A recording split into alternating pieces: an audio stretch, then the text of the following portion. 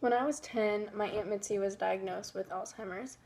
Being only 10 years old, I didn't fully understand what was happening or why the person who once knew me best was starting to slowly forget everything about me. I know I'm not the only person in the world who has to deal with a loved one going through this disease, which is why I'm writing this speech in hopes of helping you cope with it more. The number one advice I can give is it consists of one word, and that's patience. I know how frustrating it can be having to hear the same stories and hearing the same jokes and being asked the same questions over 10 times in the matter of 5 minutes. But the best thing you can do to help them is to make them feel comfortable. So just to continue laughing at the same jokes and answering the same questions and listening to the same stories. I found a quote by Marge Everett that I'd like to share.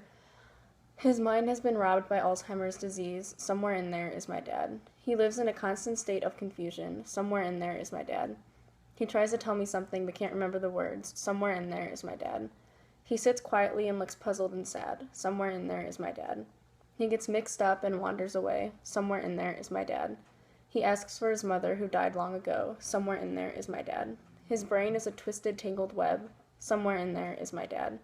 He doesn't remember that he ate his lunch. Somewhere in there is my dad. He tells me he loves me and gives me a kiss. There he is. There's my dad. This quote just kind of hits home for me.